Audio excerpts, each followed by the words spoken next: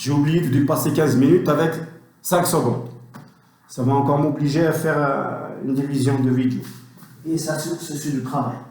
C'est pas grave. Alors, l'exercice 4, je me rappelle, on avait demandé, si vous vous rappelez, il avait demandé de donner la matrice associée à F dans la base C. C majuscule, comme ça. Alors, s'il vous plaît, revenez sur ça, c'est C vers C. Hein? CC. Essayez de chercher CC. Alors, vous voyez, ça, c'est votre matrice associée à... Donc, je vais ici la noter pour ne pas oublier cette matrice. 5, 2, 1, 11, 2, 1, 0. Maintenant, la deuxième question. On va changer de base. On va vous donner une nouvelle base, hein, une nouvelle famille. On va vous demander de démontrer que c'est une base, tout d'abord.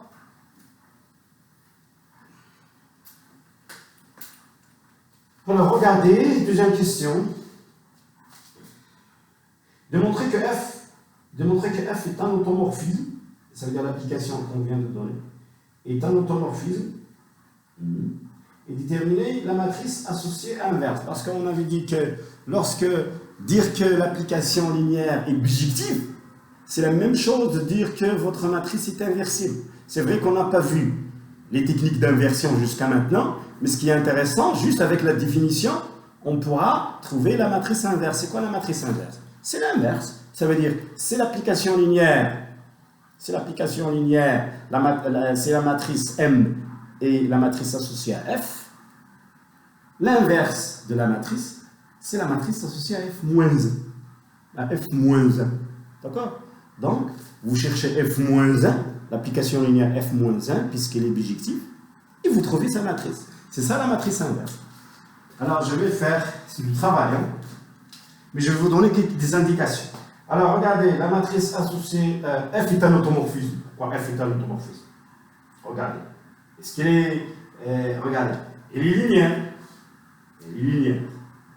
Est-ce qu'elle est... donc, puisqu'on travaille, regardez.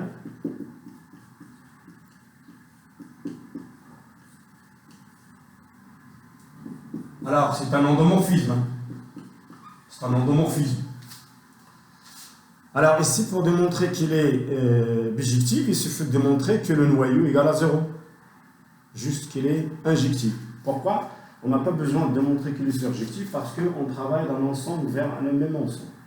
Ça veut dire la même dimension. Donc, il suffit de démontrer qu'il est surjectif ou bien qu'il est injectif.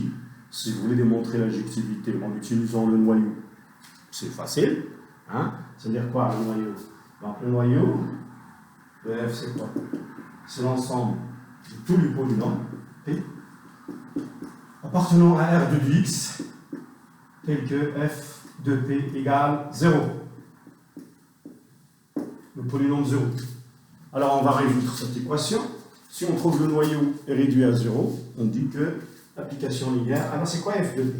Dire que F de P égale à 0, ça veut dire que 5A plus 2B plus C plus moins A plus 2B moins C x plus A plus 3C x carré égale à quoi? Égale à 0. Alors, dire que ce polynôme égale à 0, ça veut dire quoi? Hein? Ça veut dire quoi ce polynôme égale à 0? Ça veut dire que... Ça veut dire quoi? Ça veut dire que les coefficients sont nuls. Ça veut dire que ça c'est égal à 0. Ça égale à 0. Ça égale à 0. D'accord?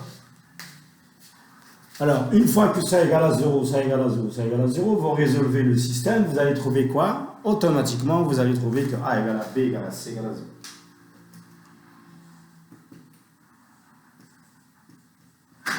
C égale à 0.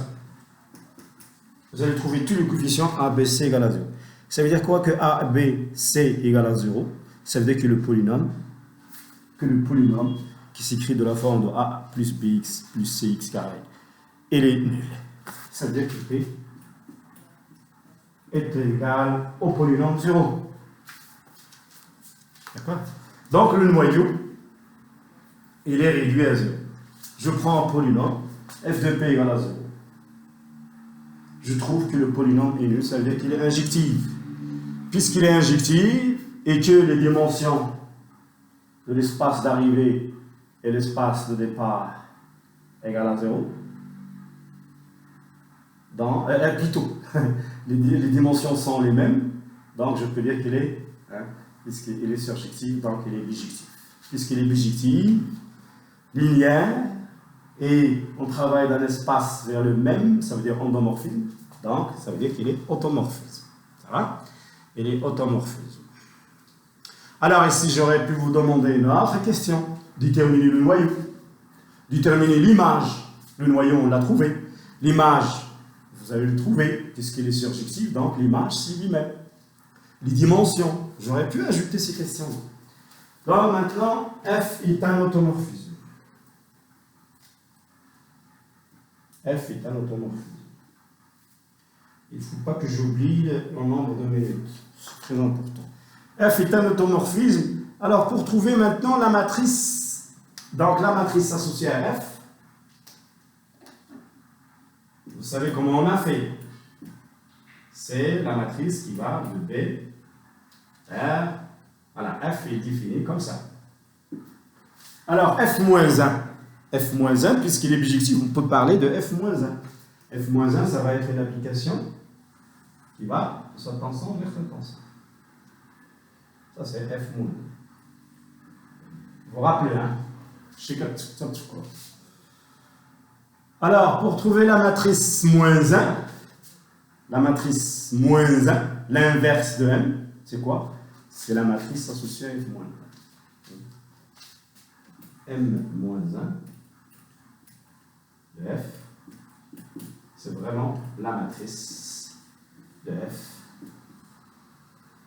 de F-1. C'est très important. Si F est bijective, la matrice associée à F-1, c'est automatiquement la matrice, l'inverse de la matrice de F. Ça, c'est très important. C'est très facile de démontrer ça.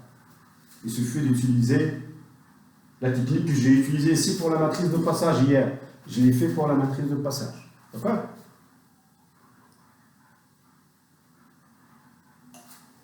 Excusez, je vois un peu d'eau. Alors voilà, donc, il suffit pour trouver la matrice -1, il suffit de calculer la matrice de F-1. Il suffit de trouver la matrice de F-1. Pour trouver la matrice de F-1, vous allez suivre la même méthode. Il suffit de trouver F-1. C'est quoi F-1? C'est quoi F-1? Alors, vous avez ici F de P. F de P, elle est là. F-1 de P, il suffit de calculer. Donc, c'est comme vous allez résoudre un système. D'accord? Alors, pour trouver F-1, vous avez F de P. Comment vous faites la surjectivité? Vous vous rappelez? F de X égale à Y. Pour trouver F-1, qu'est-ce que vous faites? Si F est bijectif, attention, on ne parle pas de F-1. Alors, pour trouver F-1, comment vous faites? Vous faites comme ça. Vous calculez X en fonction de Y.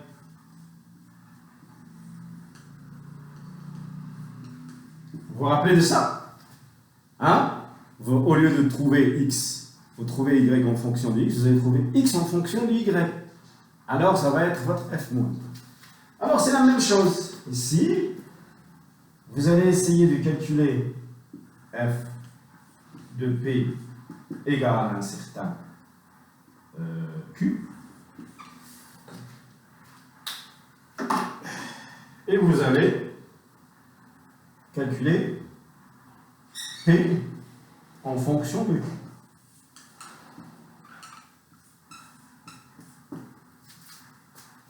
D'accord? Fonction de Q. C'est bon. Ou bien, pour les applications, ça. Donc ici, c'est très facile. Donc, vous avez votre P. P, c'est un polynôme qui est égal alors, f de P, c'est quoi? F de P.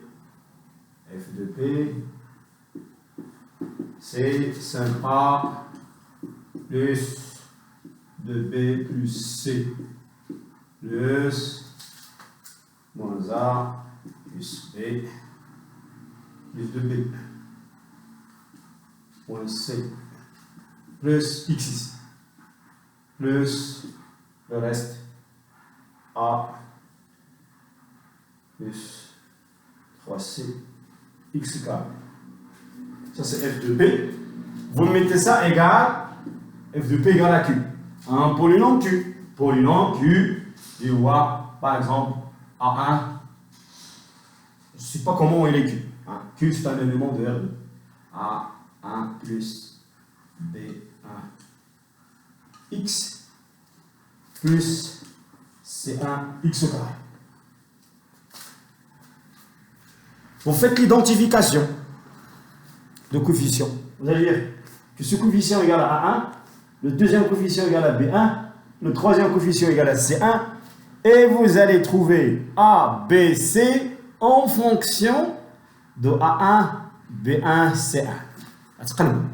Vous allez trouver A, B, C en fonction de A1, B1, C1.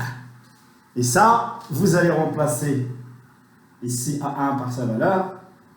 Vous remplacez, vous remplacez A par la valeur, et B par sa valeur, et C par sa valeur. Vous allez trouver, vous allez mettre X puissance 0 donc X puissance 1, X puissance au carré tout seul, et vous allez avoir la forme de votre F-1 de P, de Q. Ça va? Donc c'est très facile. Alors je coupe la vidéo.